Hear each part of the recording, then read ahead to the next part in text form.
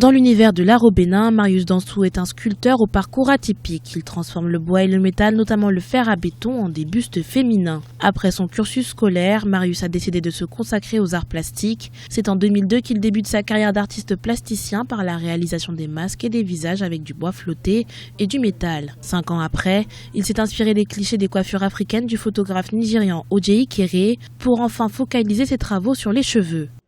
Quand je faisais des visages, je mélangeais du bois, il y avait le mélange du bois et du fer à béton pour représenter la bouche ou l'œil. Il y avait des pièces de voiture, des pièces de tout ce que je trouvais, tout ce que je pouvais souder.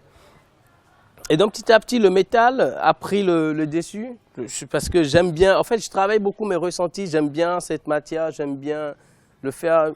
Et je pense qu'on se parle beaucoup.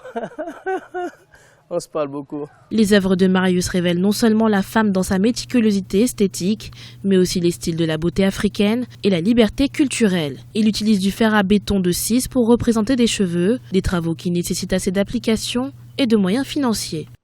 Moi, ma démarche, c'est de compléter la liste des coiffures qui ont existé, de compléter la liste et de permettre aux gens, c'est-à-dire assez de créativité, assez d'audace dans les cheveux parce que ça représente quand même une personnalité. J'ai fait une expo où il y a des dames qui m'ont dit « Ah, mais ça, on ne peut pas faire ça pour aller au bureau, on bosse dans l'administration. » Tu vois, donc déjà, il y a un questionnement. On se dit « Est-ce qu'on peut porter ça sur la tête? Est-ce qu'on va chez la coiffeuse? Est-ce qu'elle peut nous faire ça? Oh, c'est tellement joli. » Marius Dansou veut faire de la sculpture des tresses africaines en fer à béton sa spécialité, son identité artistique. Ses nouvelles œuvres ont pour support les crânes humains en bois et en métal. Il a exposé ses œuvres au cours de plusieurs festivals d'art visuel en France et en Angleterre. Il prévoit pour le compte de l'année 2018 une tournée d'exposition au Togo, en Côte d'Ivoire, au Sénégal, au Congo et au Cameroun, afin de présenter au public africain une série de coiffures atypiques artistiques.